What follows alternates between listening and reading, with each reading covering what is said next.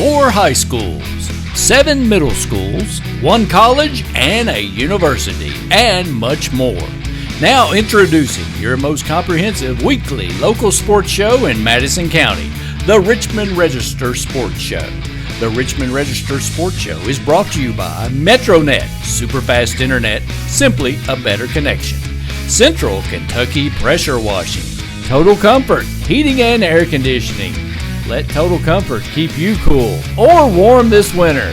Call for service or for a free replacement quote. And by kymedia.net, digital media solutions on your terms. Here's your host for all things local sports, the Richmond Register sports editor, Nathan Hutchison. Welcome to this week's edition of the Richmond Register Sports Show. My name is Nathan Hutchinson. I'm the sports editor of the Richmond Register, and we very much appreciate you tuning us in this week. Coming up in just a few minutes, we will have model swim coaches Kevin and Kyle Knezevich, and they've also brought along with them Anthony Nasrallah and Victoria Taylor, 2 of their outstanding swimmers, and they'll be here to tell us about the season ahead. They've actually already started off this year, and Madison County Championships were just a couple weeks ago, but they'll tell us a lot about their team and moving forward in the great tradition of model swimming. But as we always do, we like to start off the show with a recap of the week that was in Madison County sports. And I got a lot of stuff to tell you about here, folks. There's a lot of pages of paper here. So we will start off with EKU men's basketball. The Colonels came into the week riding, unfortunately, a 5-game losing streak. But they were able to snap out of that in a rather exciting fashion this week. On Wednesday, picked up a 121-67 win at home over Midway. And then on Saturday, picked up an 81-68 overtime victory over Northern Kentucky at McBrayer Arena. We'll start off with the Wednesday game because very historic performance from the Colonels. EKU goes 25 of 43 from the three-point line. That's a new school record in the easy victory over Midway. The previous school record was 20. They had set that twice, including once last season. 25 threes is one three short of the ASUN record of 26 and three threes short of the all-time NCAA Division I record. So after the game, here's A.W. Hamilton talking about hitting 25 three-pointers. 25 threes in a game? You know, and I'd have to look back. I mean, I've had some teams at Hargrave that could really shoot the ball. I remember one team that actually Braxton was on that team. We scored 96 and a half. I'd have to look back and see how many threes that we hit. But when I look at this one, though, I see 58%. And like you said, Nathan, 9 different guys hit a three. So, but you could tell we had a little more pop to us tonight. We had a little more legs underneath us, and you know, guys were a little more focused on their shots and raised up and you know, sank them. So that was good to see.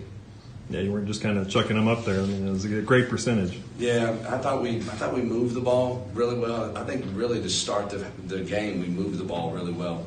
And then we got a little stale and stagnant there in the first half, but how we came out in the second half, that's what I needed to see. I needed to see that. That inspires me. The guys needed that to kind of get their mojo back, so that was good for us. Well, just if Tariq could have hit one, that would have been even better. Listen, I told him in the first half, he shot a 19-footer. I said, man, just don't ever shoot that one. If you're going to do that, just step back and shoot a three. And I said, I really don't want you to do that. But then when he caught it in the second half, I think some fans started cheering for him. And I think he was going to let that thing go no matter what. And unfortunately, he just didn't make it. All right, when that big victory over Midway, it was Cooper Robb, 5 from 5 from three-point range. Beverly Braxton, 4 for 4 from three-point range. 7 different Colonels in double figures, like we said, as they snapped that 5-game losing streak. Of course, that was a matchup with an NAIA school. And on Saturday, a much tougher test as Northern Kentucky came into Alumni Coliseum. And this was a game the Colonels led for more than 30 minutes, but kind of a weird sequence at the end of the game where kind of a 5-point swing. And Northern Kentucky had a 64-62 lead. Devontae Blanton hit a short jumper to put us into overtime. And once we got into overtime, it was all EKU. They outscored the Norse 17-4 in the extra session and went on to pick up that 81-68 overtime win. After the win, here's Cooper Robb and Kurt Lewis talking about the dub. Well, Cooper, I guess just talk about that sequence there where you took the charge and then came down and hit the three, and that was kind of seemed like the spark you guys needed to take charge there in overtime. Yeah, I mean, we were trying to take them the whole game, and it seemed like we weren't getting any. So that was a big one for us. We kept getting stops. I think they only scored 4 points in overtime. So, you know, just us, coming together in overtime and getting stops consistently there at the end of the game, it was big for us.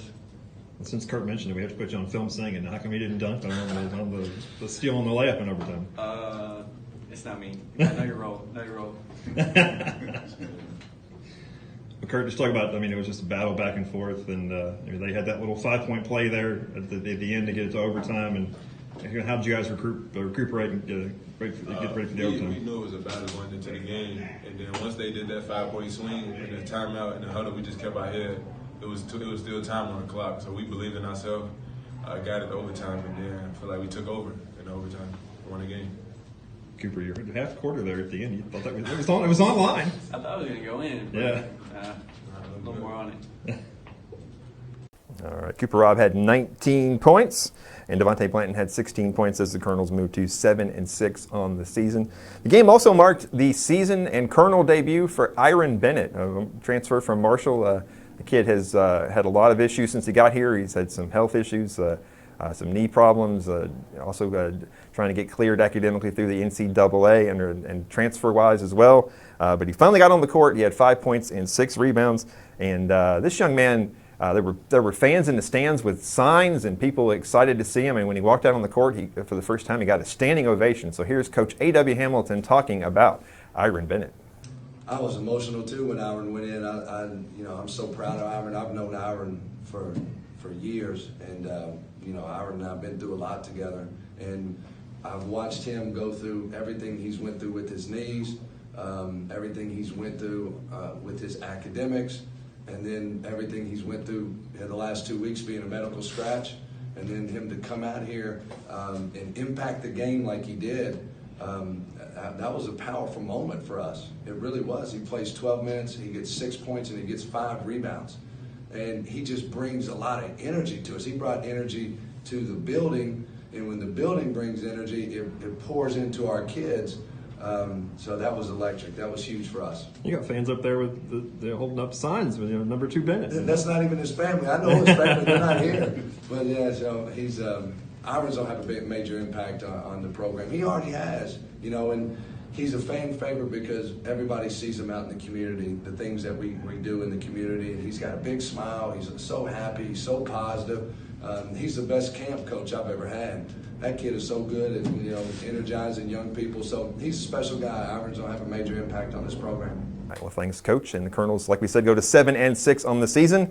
And Wednesday, take a trip up to Smithfield, Rhode Island to take on Bryant University on a quick trip up there right before the holidays. So EKU women's basketball had a very busy week, 3 games in 4 days.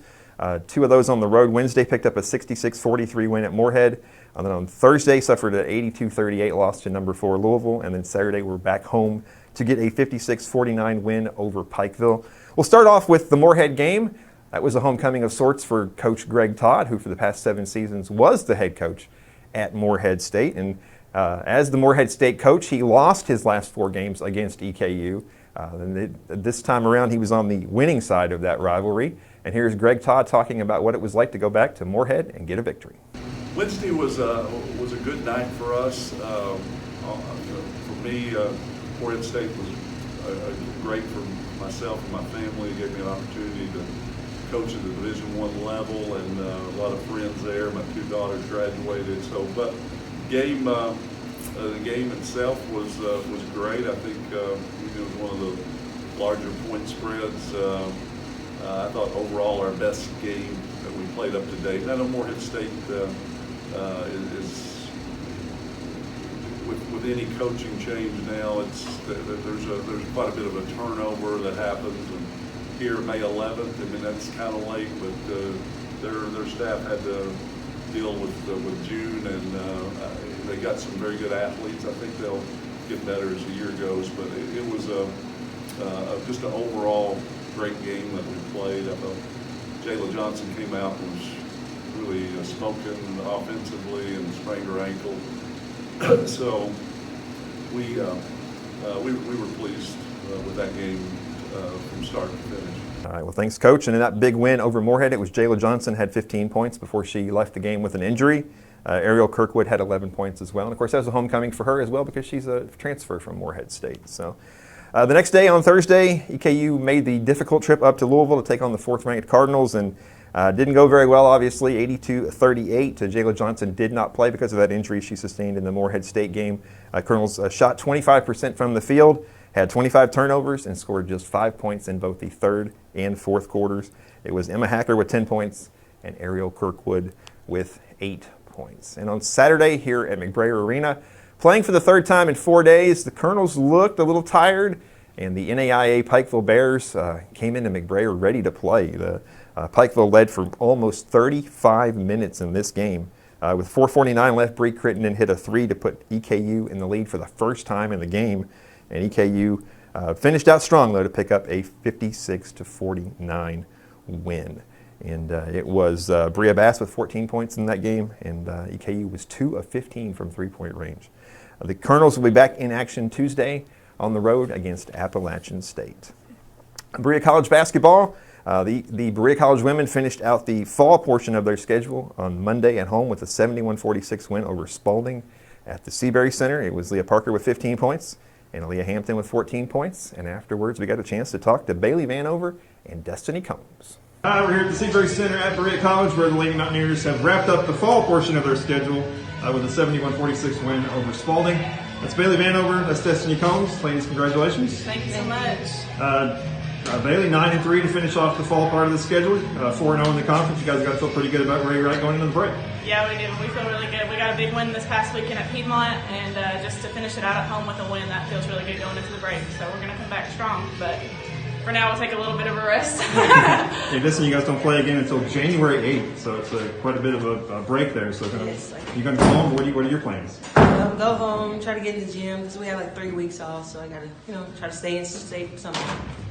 Yeah, you said 4-0 in the conference, and have already beaten Maryville and Piedmont on the road. You guys are in pretty good shape, Bailey. Yep. Yeah, we just got to keep pushing. We want home court, so that's the goal. We want home court. We want to win that tournament again. So that's what we're aiming for every game. We're trying to come out and play the hardest. Yeah, and the rebound machine over here. You guys had 15 more today. You had 24 in a game earlier this year. What is your approach in there? You just you're kind of relentless on the boards in there. Well, my freshman year, we had Nikisha, who was a big rebounder, and we lost her, so I just felt like I had to step up and go out there and grab those boards. Okay. Bailey, you obviously live here in town. What are you going to do during break? I'm going to go home, and I'm just going to relax. I'm not too far away, but I'm going to enjoy some Christmas and just have nothing to do for a while, but get in the gym, stay in shape, and be ready once it comes January 6th, and we come back and get ready to practice and play 2 more conference games right off the bat. So, all right, congratulations. Thank you. All right, well, thank you, ladies. And the Lady Mountaineers are now 9-3 on the season. They will not play again until January 8th when they take on USA South rival Agnes Scott. The Berea College men also wrapped up the fall portion of their schedule last week. They had 3 games. On Tuesday, they picked up an 84-80 overtime win over Miami University Hamilton at the Seabury Center. On Wednesday, suffered an 86-65 loss at Earlham College. And then on Friday, suffered an 87-64 loss at Franklin College. They are 4-7 on the season. They'll be back in action January 8th at Asbury. In the win over Miami University Hamilton on Tuesday, it was Trey Minner with 29 points and Isaac Cottle with 14 points and 11 rebounds. First high school boys district matchup of the season was Tuesday at the Seabury Center. Much anticipated showdown between Madison Central and Madison Southern. Didn't disappoint. It was a really fun game. Big crowd down there at Berea College. And it was Madison Central picking up a 70-55 win over Madison Southern. This was a game that was really close in the first quarter, back and forth. Central had a 1-point lead after the first quarter. But then the Indians cranked up the press and went on an 18-3 run in the second quarter, which lifted them to a 16-point halftime lead and eventually on to a victory. So after the game, we talked to Coach Alan Feldhaus and Will Harden. All right, we're here at the Seabury Center at Berea College, where the Madison Central Indians have picked up a 70-55 win over Madison Southern. That's Will Harden. That's Coach Alan Feldhaus. Guys, it was 2 hard battles with them last year, and there's another hard-fought battle there. Yeah, it's a good rivalry game early in the year, playing in a kind of different environment. I kind of enjoyed playing out the extra 10 feet. I think that might have played to our advantage a little bit, especially when we turned the heat up in our press. We don't press that much, but that was the difference in the game when we turned the heat up with our press, and it gave us a little lead going in there at halftime. So overall, that was good. Yeah, well, that was exactly where I was going to go. The second quarter there, you guys went to a press. You hit a couple of threes. End up getting to a pretty double-digit lead there. So kind of talk about the second quarter. Well, I finally feel like I got out of a shooting slump. I hadn't shot the ball great all year from three, but got out of that. And when we started pressing, they couldn't handle it, and we just got out on them and extended our lead. And we knew we had to keep our lead. We got leads in earlier games, and we let them come back, so we needed to keep our lead and keep the pressure on. He missed the dang free throw. 24 out of 5. He missed the daggone free throw. Yeah. I will let him miss one every day. Well, you got fouled there at the end, and Austin Newton told, I think it was Jed Rose, he said, he's hit like 50 in a row. Don't foul him. So, but I mean, Jaden West, talk about just the athleticism of that kid. Smart. I mean, yeah, two big dunks. I mean, he's like a starter, but I kind of like bringing him off the bench just because you like to have that spark coming off the bench. And yeah, that press is right up his alley because you can use that athleticism. But I mean, honestly, Trey Skaggs is playing his rear end off. Defense, they were kind of switching there in the first half, and they really weren't guarding him. I think he was like 5 out of 6 from the field, and he did a tremendous job on Jay Rose defensively. So I think I probably told you and some other people, I mean, he's the most improved player from last year to this year because he's looking to score. And he's got a little toughness to him. I like that too. Yeah. And when you're on the court and somebody throws down a couple of dunks like that, man, what does it just do for everybody's confidence? It raises our confidence and gives us a lot of momentum, and obviously gives us a little energy too. And Will said, "Dang, I wish I could do that." All right. Well, thanks, Coach, and thanks, Will. Will Harden had 21 points and 9 rebounds in the win over Madison Southern. Robbie Todd, 15 points, 13 rebounds. Trey Skaggs, 15 points, and Jaden West with 11 points as well. For Madison Southern, it was Braden Hudson with 19 points, 10 rebounds, and Jay Rose with 17 points. And that Madison Central followed up that big rivalry victory with a win Saturday on the road. They went up to Moorhead to play in the Stockyards Bank Challenge and picked up a 66-63 win over Knox Central. And it was Jalen Davis knocking down 6 of 10 three-pointers, finished with 26 points, and Jaden West had 12 points as well. 4 straight wins now for the Indians. They are 5-2 on the season. They'll be back in action Tuesday against Collins on the road. And Madison Southern bounced back from that district loss with a nice victory on Friday at home, 73-57 over Danville. It was Jay Rose, 18 points, Nate Turner, 17 points, and Brett Ursuline with 16 points. They will begin play in their own tournament, the Lee's famous Recipe Holiday Classic, on Monday. They will take on LaRue County at 7 p.m., and they are 5-2 now on the season. The other 2 high school boys teams in the county didn't fare so well this week. Model fell to 1-7 with a couple of losses. It was on Monday they lost at Lee County 74-60. That was Thomas Luxon with 17 points. And then on Friday it was a 77-58 loss at home to Sayre. That was Keshav Bandari, 22 points, and Cale Vickers with 15 points. They will be back in action Tuesday over at the Danville Christian Tournament. Berea Community Pirates only had 1 game this week. 61-53 loss to Lewis County over at the Stockyards Bank and Trust Classic in Moorhead. And it was Quentin Morgan with 27 points. Quentin Morgan with 27 points and Trenton Wilson with 16 points. They also will be in the Danville Christian Tournament this week beginning on Tuesday. High school girls action. We have a ton of holiday tournaments going on right now, and we're going to give you the most updated information we can by the press time for this show. So we'll start off with a team that actually was not playing in a holiday tournament this week, and that was the Model Lady Patriots. They opened the season with 5 straight wins, but on Tuesday they suffered a second straight loss, a 59-33 setback on the road at Danville Christian. But the young ladies bounced right back on Thursday and picked up a 57-50 win at home over Barberville. It was Keaton Hall with a triple-double, 10 points, 10 rebounds, 10 assists, and Kenzie Ferguson with 13 points and Taylor Recomp with 12 points. And after the game, we had a chance to talk to Keaton Hall and Kenzie Ferguson about bouncing back and snapping a 2-game losing streak. All right, we're here at Model Lab School where the Lady Patriots picked up a 57-50 win over Barberville, snapping a 2-game losing streak. That's Keaton Hall, that's Kenzie Ferguson. Ladies, just 2 rough games last week, a couple of losses where you didn't play very well offensively. So, Keaton, kind of what did you guys do better offensively tonight? We hadn't hit our shots in some of our other games, and we needed to step up more on offense, and we weren't passing the best and turnovers. Sorry. So We worked a lot in practice on passing and our offense, press breaks, all the things. We did everything offensively that we could to prepare. I mean, we aren't worried about our defense. Our defense is good, but I mean, we just did everything we could in practice. Yeah. Kenzie, what do you think of the offensive Definitely performance? we worked as a team. I think that everybody did their role tonight, which is something we haven't been doing recently. Definitely the competition's getting harder, which we've definitely been facing tougher teams recently, which is also a part of why it's harder to win.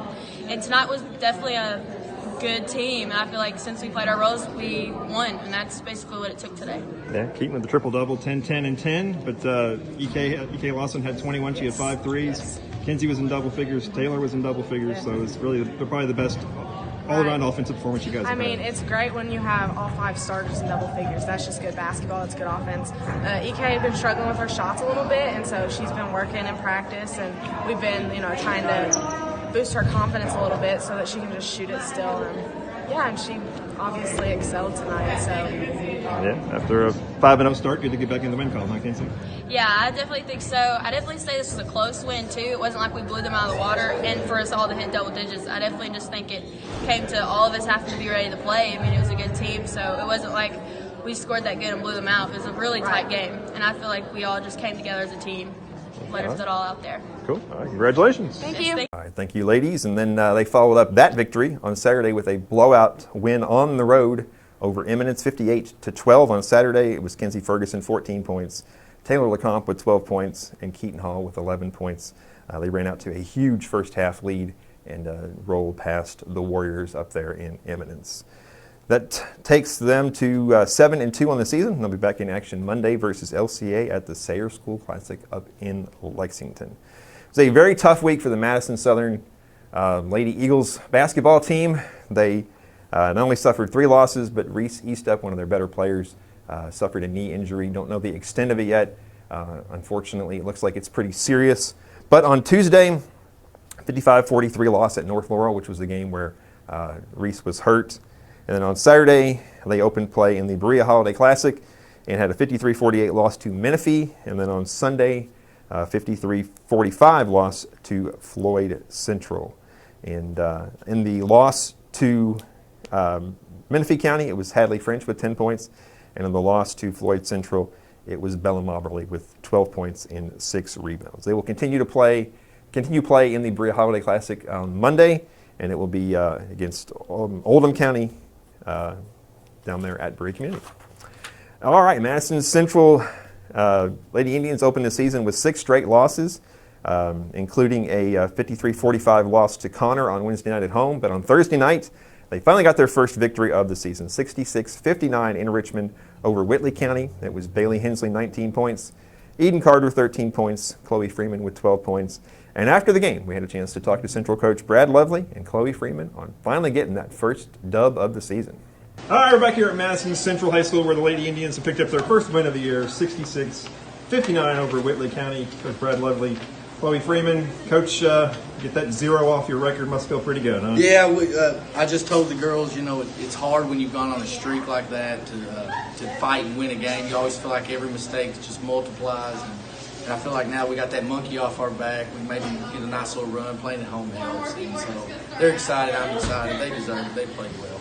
Yeah, I mean, Chloe, you missed most of the first half of the season here with an injury. This is really your first real game back. I guess you played a couple of games before this, but really not full strength. So how'd it feel out there tonight? Felt good. It's good to be back. Good to be back with the team. Put everything that we've been working hard for together. It's tough doing all that in practice and then coming out with losses, but I'm just glad we got to show what we can do. Yeah, Coach, 4 3-pointers for her, which is really something you guys haven't. You've really been missing from this lineup, this outside shooting. She's been a great shooter her whole career, and the injuries to both shoulders is kind of, we've had to nurse it back and try to get her back. And she fits in with what we do. We got kids that can drive to the basket and attack, and she's a dead-eye shooter. She's still getting her sea legs back, but she's fine, and she adds a different dimension to our team. We got a 3-point threat consistently. Yeah, because that's obviously been one of the biggest glaring things is offense. You guys have been pretty offensively challenged so far and not shooting a great percentage. And I think you had 4 kids tonight in double figures. So. Yeah, and then we would have had 5 or 6 if we hit layups. I mean, we missed a ton of layups, but they're playing hard. They're getting to the basket, and those shots will start falling for them. We're still young around that guard area at the top, and we'll get it. We'll fix it. So I just want to keep playing hard. Yeah, all right, congratulations. Welcome back, Will. Thank you. Thanks. All right, well, Central was back in action this weekend. They're here in Richmond in the Adams Buick GMC Holiday Hoop Fest. On Saturday, they picked up a 51-40 win over Boyle County, and then on Sunday afternoon, they suffered a 61-58 loss to Pulaski County. In the loss to Pulaski County on Sunday afternoon, it was Bailey Hensley, 21 points and 13 rebounds. 2-7 on the season. They will take on Harlan on Monday there in the next round of the Adams Buick GMC Hoop Fest. And Berea Community remains the only undefeated team in the county. 6-0 on Tuesday. They went up to Lexington and picked up a really impressive 61-31 win over 11th region rival Dunbar. And that was really impressive. Madison had 12 points. Alexis Newman with 11 points. The Lady Pirates played Dunbar 2 years ago in the 11th region tournament and lost by 25 points. And 2 years later, they come back and beat them by 30 on the road in Lexington. On Saturday, the Berea Lady Pirates opened play in the Berea Holiday Classic with a 70-41 win over Raceland. In that game, it was Alexis Newman with 17 points and Chesney Levins with 12 points. And on Sunday night, after we filmed this, the Berea Pirates were taking on Pleasure Ridge Park down there in Berea. So don't have an update for that, but if you do check our social media sites, I will get that score out to you as soon as we can. But they'll be back in action Monday at home in the Berea Holiday Classic against Floyd Central, and that's at 5:15. In other notes, some football information to tell you about. Madison Central has a new head coach. It is Mark Payne. He spent the last 3 seasons as the defensive coordinator at Southwestern High School down in Somerset. All 3 of those years, the Warriors made the region championship game. So, and he also was an assistant coach at Taylor County. And the last year he was there, his team got all the way to the state semifinals. So, a guy with a tremendous track record of success. Has not ever been a head coach before at this level, but does have a lot of experience at the middle school level, the high school level, and also the youth level. I got a chance to text with him just for a few minutes the other day, and his family actually is out of town on a little bit of a vacation. So I'm assuming once they get back, we'll have a press conference and be able to actually get to meet him and get to know him a little bit. So congratulations to Mark Payne, the new head coach of football at Madison Southern. And last but not least, we have some high school wrestling to report on. Madison Central finished 3rd at the Great Crossing Duels on Saturday up in Georgetown. Jeffrey Kinley, Jonathan Gilbert, and Kyron Jackson all went undefeated in their weight classes. Madison Central now 8-2 on the season in dual competition. And Madison Southern's wrestling team was at the Lafayette 5-Star Invitational. And it was Rocky Whitehead taking first place in the 215-pound weight class, and Chris Begley taking second in his weight class. So, like we say every week, appreciate everybody who gets us all this information. I couldn't get it without a lot of help, so I appreciate everybody who does that. Hugh Davis, Anthony Hendricks, too many to mention, but all the folks that send stuff in, I really, really appreciate it. I couldn't give this information to you if they didn't give it to me, so thank you very much. So, all right, we'll be back in just a minute, and we'll be talking some swimming with model coaches Kevin and Kyle Knezevich. Do you want to sponsor the weekly Richmond Register Sports Show? Contact the Richmond Register, richmondregister.com, and of course on Facebook or Twitter. Get the Richmond Register directly to your mailbox or get the app online and visit richmondregister.com. The Richmond Register Sports Show is brought to you by MetroNet, superfast internet, simply a better connection. Central Kentucky Pressure Washing, Total Comfort, heating and air conditioning. Let Total Comfort keep you cool or warm this winter. Call for service or for a free replacement quote. And by kymedia.net, digital media solutions on your terms. Welcome back. We are joined by the model swim coaching staff. That's Kevin Knezevich, the head coach. Kyle Knezevich, the head assistant head coach. We'll call you that. Whatever your official title is. It's funny. We were just joking off camera that you said you were going to step back a little bit this year, but it doesn't work this way. Well, you've been a part of. You both swam there. I mean, it's like this is like a huge part of your lives, and I mean, obviously, it's just part of who you both kind of are. I think. Right. Which is wonderful because it's been a great help to the program, and you've been a huge part of the success of the program over the years. Thank you. Appreciate that. Okay. Well, it's hard to believe you guys have been swimming for over a month now. I mean, it started back in the beginning, November 9th or something was the first meet. I mean, is that a little earlier than usual, or am I just imagining that? I think you're coming off a COVID year. We didn't start until, maybe that's what I'm confused. we didn't start till almost January. Yeah. For that, so it's been different. It weighs pretty heavily on the kids, but coming back to some normalcy, we're seeing a little bit more sense of urgency from athletes, which is awesome. We're doing some really good things in our meets right now because of that. We have kids going lifetime best times in November, in early December, which never really happens until we get to those championship meets. So we're fortunate that we're able to do some normalcy this season. It's paying out for the kids for sure. Yeah, I mean, it was last year was just.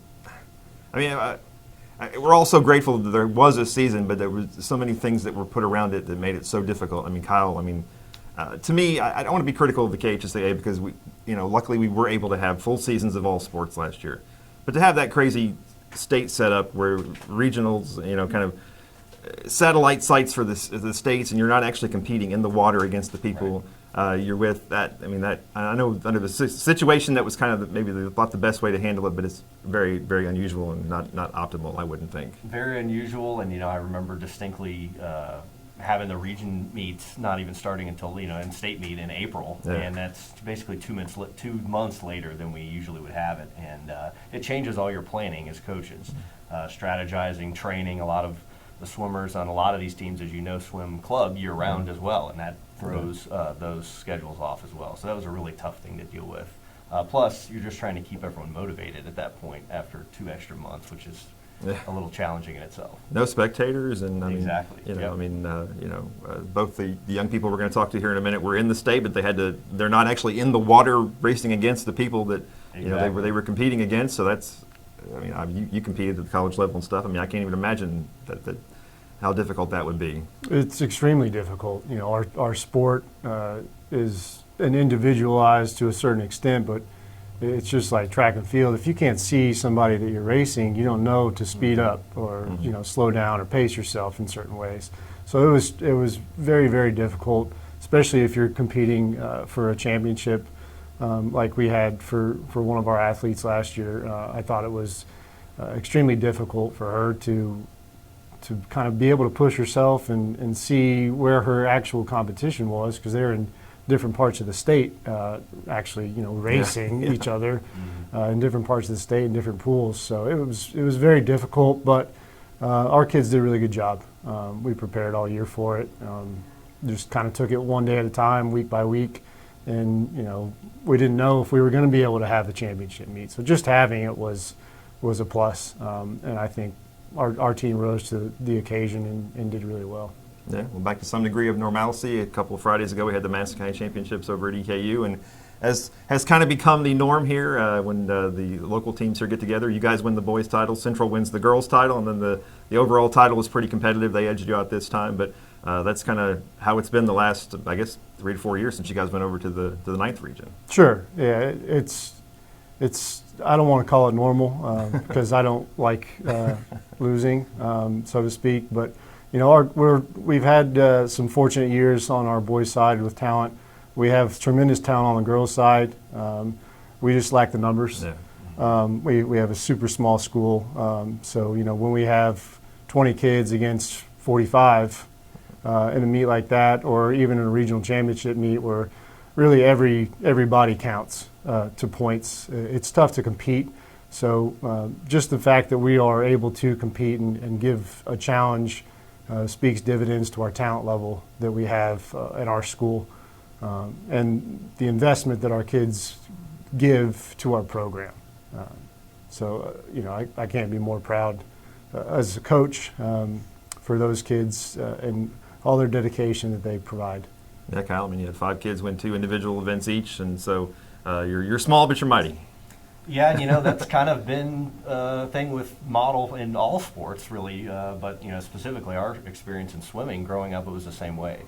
You're always the underdog. You're always a small school, and I don't want to speak for both of us, but I will anyway.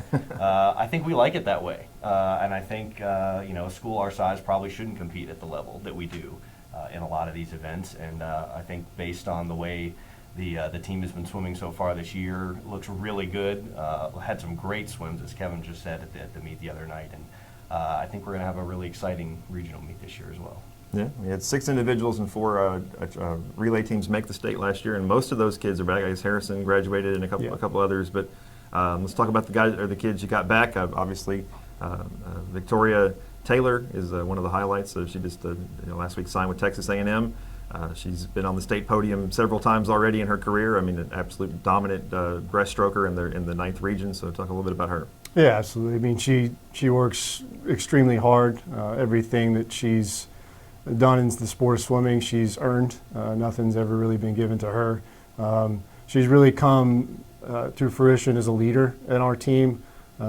Once a soft-spoken person, now she has a loud voice, encouraging her teammates, making sure that they're doing the right things to help our program progress.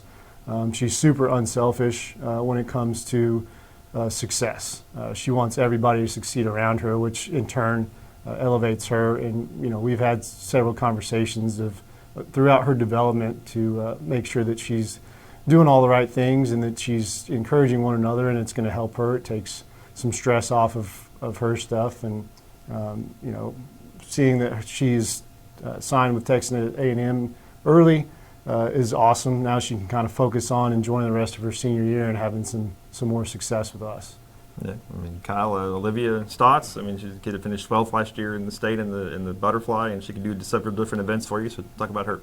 Yeah, another very talented swimmer, one that we rely on, as Kevin mentioned before. The girls' side maybe doesn't have some of the numbers, but the talent, and Olivia is one of those, is extraordinary. And already seeing great swims out of her this year, and certainly hope that'll continue as the season goes on. For all the kids, we're going into a really tough stretch of the season, which is the kind of Christmas holiday break training, and we're really going to find out what comes out on the other side of that. But so far the work has been there, and I think we'll see those results coming out. Okay. Well, Anthony Nasrallah is a kid who has also been to state a couple of times, comes from a swimming background, obviously lots of siblings that swim, so he's going in his senior year, and I guess you expect big things from him this year. Yeah, and similar to Victoria, his growth as an individual has been something special. He's started to become more of a leader, using that voice to encourage his teammates, and he works hard in the pool, and it shows in his improvement over the years and his position within the state and at the region level, where he's won several events for us, and he's a key component for our relays and our boys side, and he's going to do some really good things as long as he's staying on track, which he is, and I expect to see some big swims out of him at the end of the year, and that'll be great for our boys. Colin Jackson can do a lot of different events for you too. IM, the fly, I mean all kinds of different stuff. Yeah, another one, we're talking about a lot of these swimmers that kind of become the cornerstones of the team, and a lot of it is leading by example, and so that starts in the pool in practice when they're training. All of the swimmers we just talked about, including Colin now, train really, really hard every day, and that's something the younger swimmers can follow. And then again, when they get to the pool and they have some of these outstanding performances, I remember Colin's record-breaking swim last year, how the whole team rallies around those types of things. So that's what we're expecting, and I'm confident we'll see some of those results again as we enter the second half of the season. Yeah, and Carson Neal won a couple of events at the Madison County Championships. Talk a little bit about him. Yeah, he's a great young kid, only 7th grader, and he loves the sport. He is really, really invested in it. I'm anxious to see how he grows. He's, like I said, he's only a 7th grader, and he's doing some really special things. And he's a big part of our points and our team as far as talent goes. So it'll be interesting to see how he grows and matures and where he turns out at the end. But it's super difficult to say right now, as he's only in 7th grade. But his future is definitely promising.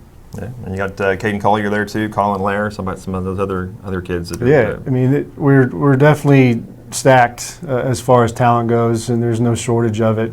Those guys, like Kyle said, they put in the work on a day in, day out basis.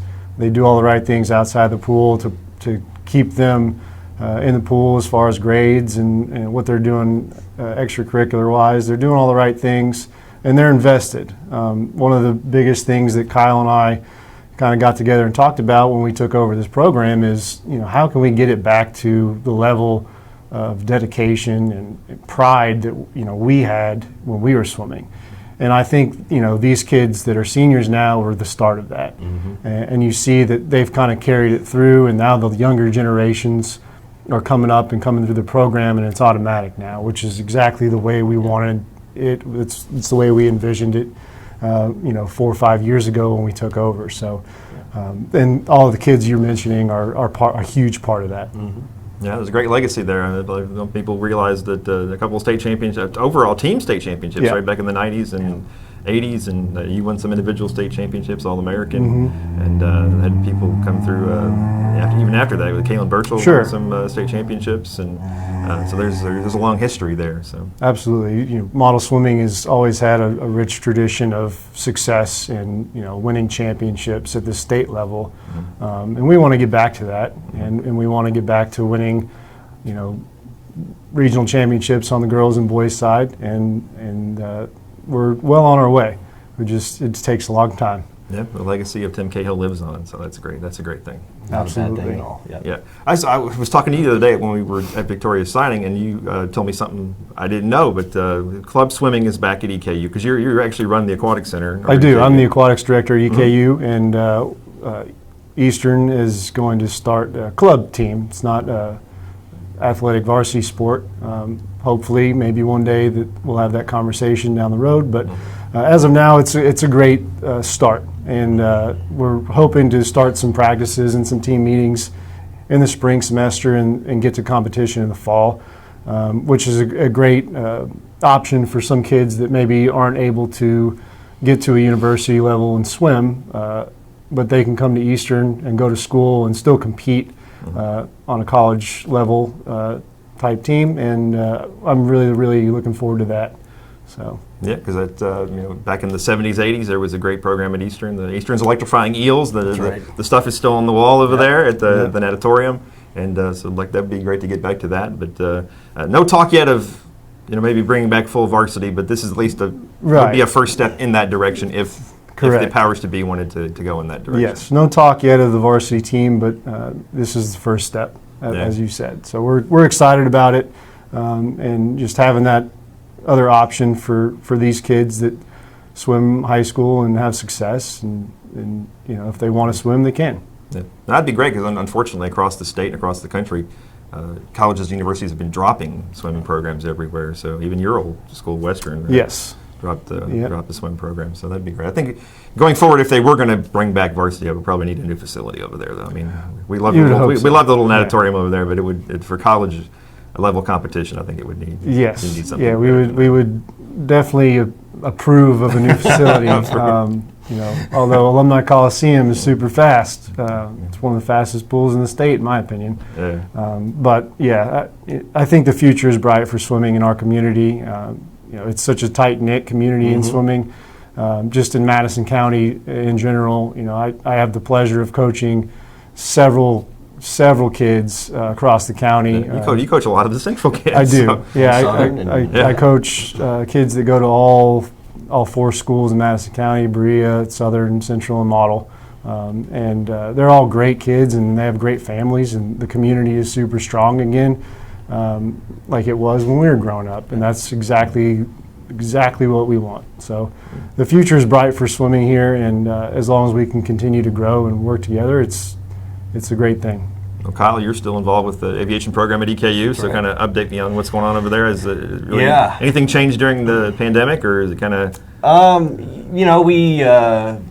We had some ups and downs. I think it's the obvious aviation pun to throw in there, but we've been really fortunate that we didn't take quite an enrollment hit like we thought we might, given the way the industry has been. But our growth has been tremendous coming out. We're expecting another record-breaking class in the spring and in the fall, where we should have over 400 students, which is just remarkable. Wow. Considering I think when I graduated about 10 years ago, there was 80. Mm-hmm. So it's a great time to be there. Great industry. Students getting hired again. A lot of excitement out at our airport here in Madison County, and becoming a bigger and bigger part of EKU, which is awesome. Yeah, it's one of those things that really universities kind of carve out their little niche, and that's one thing EKU has definitely been able to do with the aviation program. It is kind of a unique thing over there, and it's been very successful. Yeah, we're really proud of it. And again, the students, our grads, are going out and doing really awesome things, which is the best marketing in the world. So it's been really fun to be a part of that.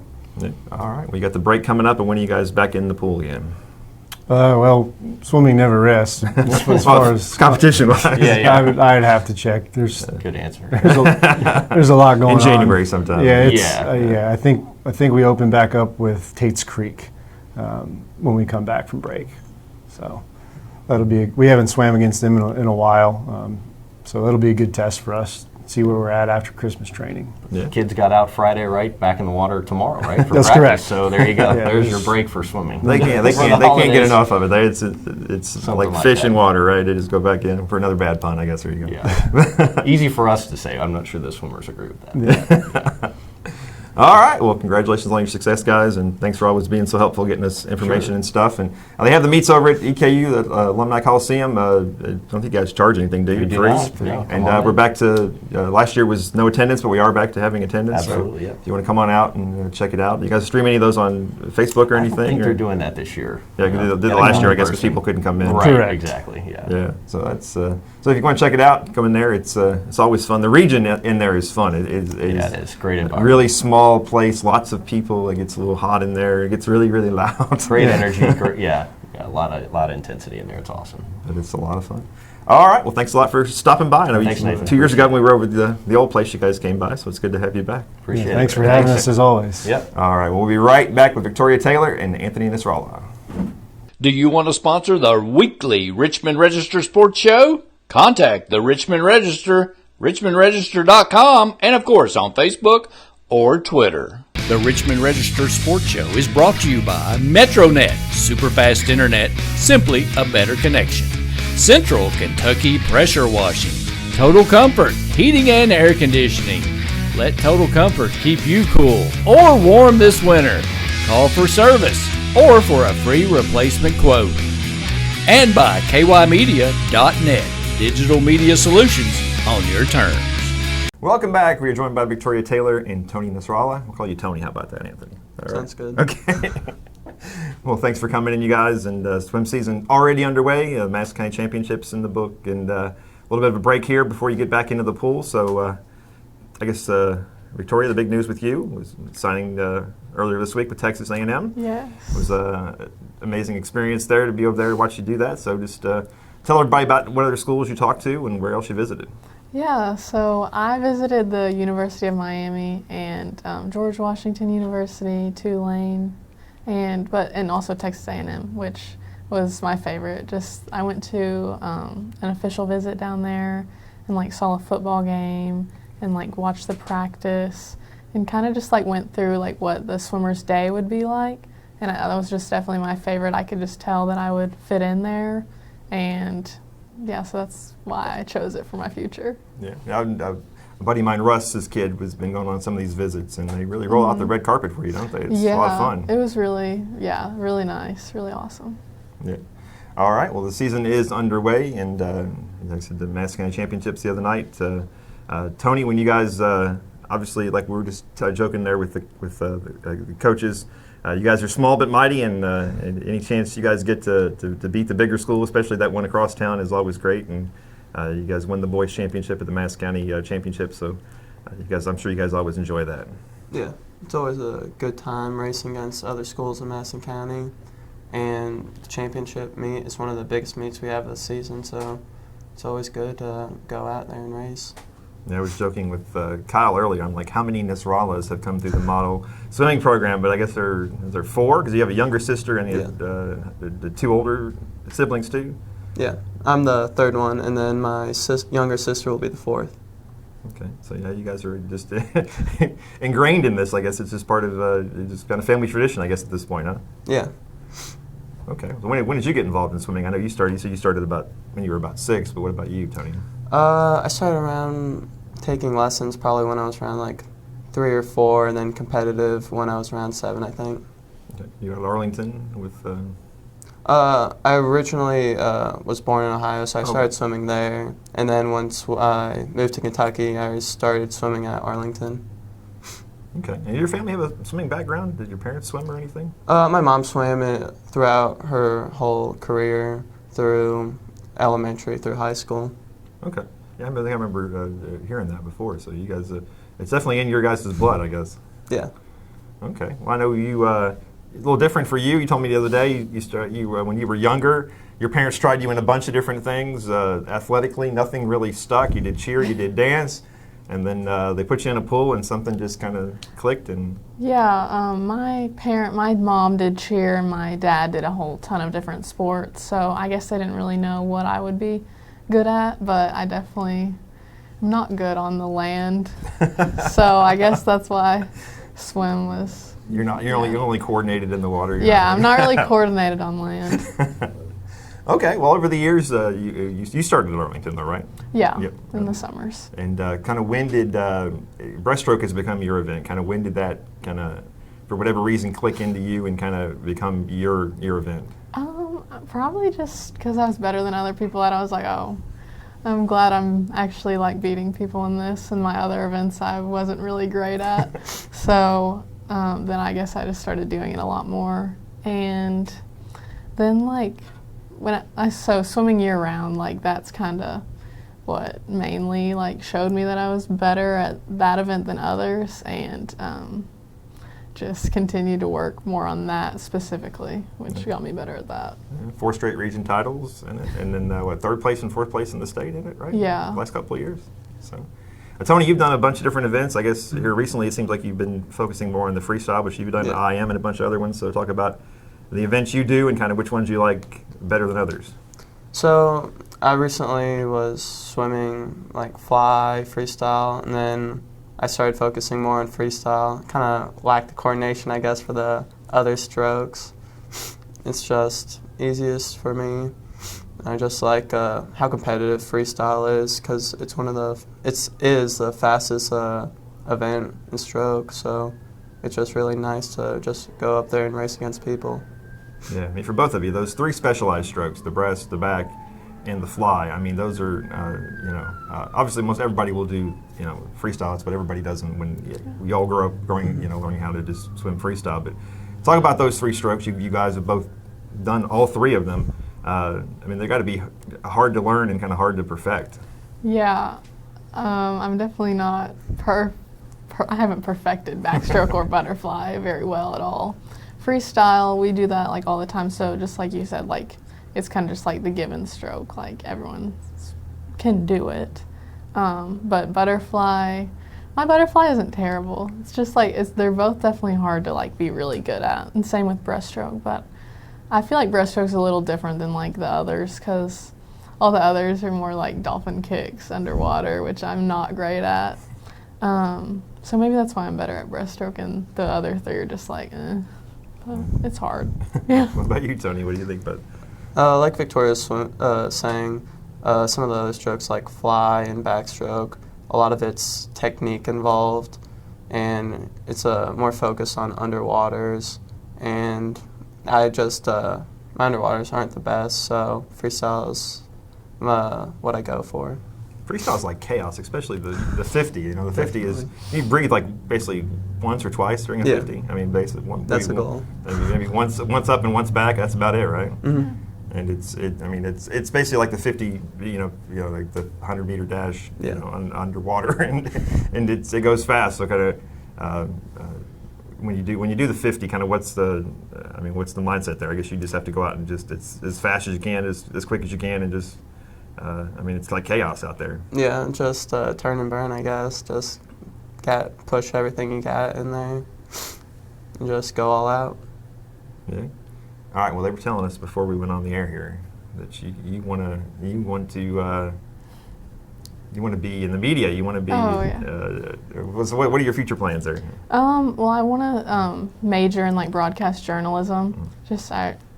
We did an interview like 2 years back for something after our regional meet for swim, and it was just fun, and I like to do that.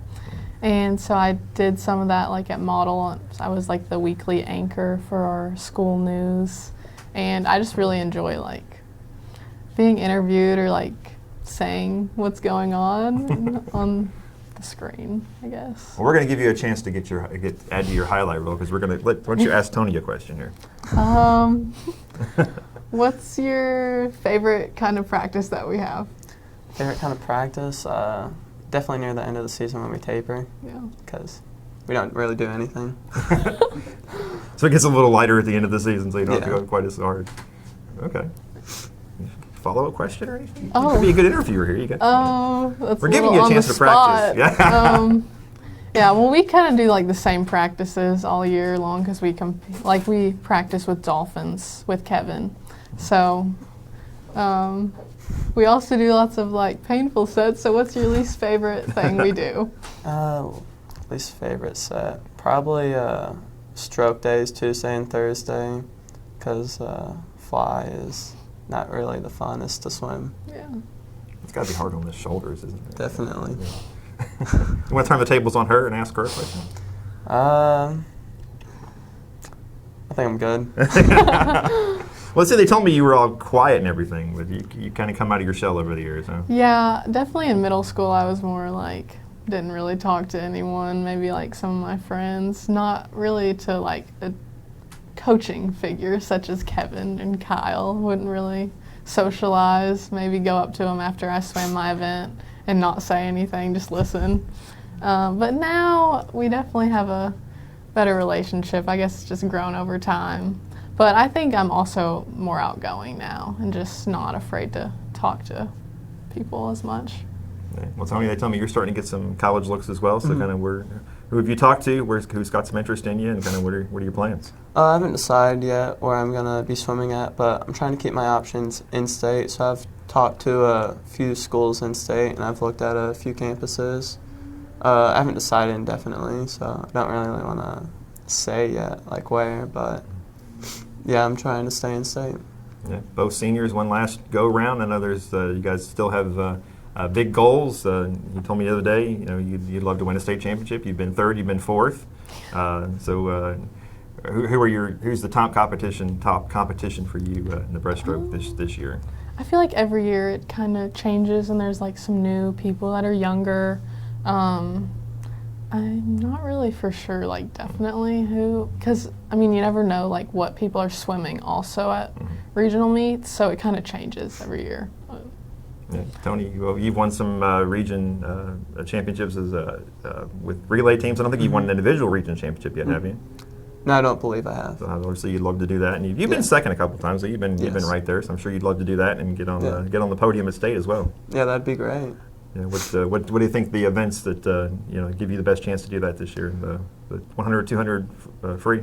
Yeah, 100, 200, or the 50, definitely.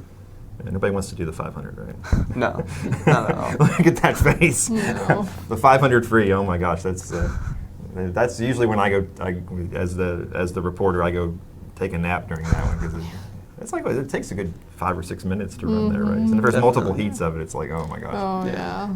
Is that like punishment for when they stick you in the 500? That's what lots of people think, but I mean, if you're good at it, then it's not bad. It's just like swimming another event. Yeah, well, I'm sure there have been you guys have swum with kids over the year who actually enjoy that.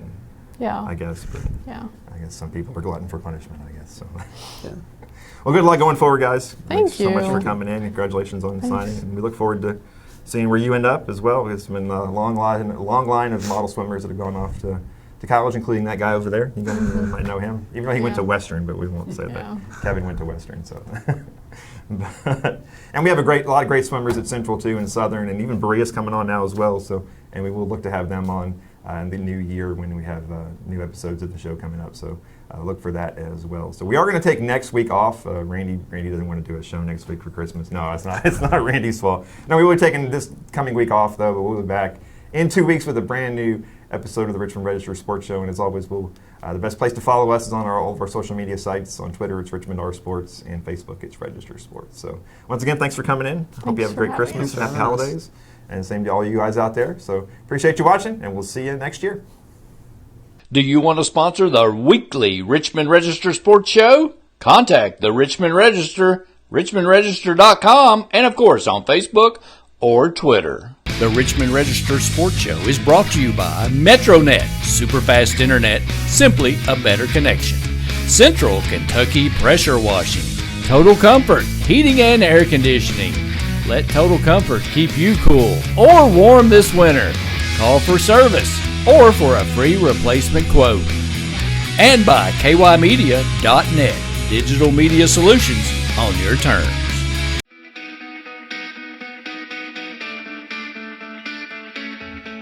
Thanks for watching the Richmond Register Sports Show. For more information about all things sports in Madison County, log on to richmondregister.com or on Twitter. And like us, Register Sports on Facebook.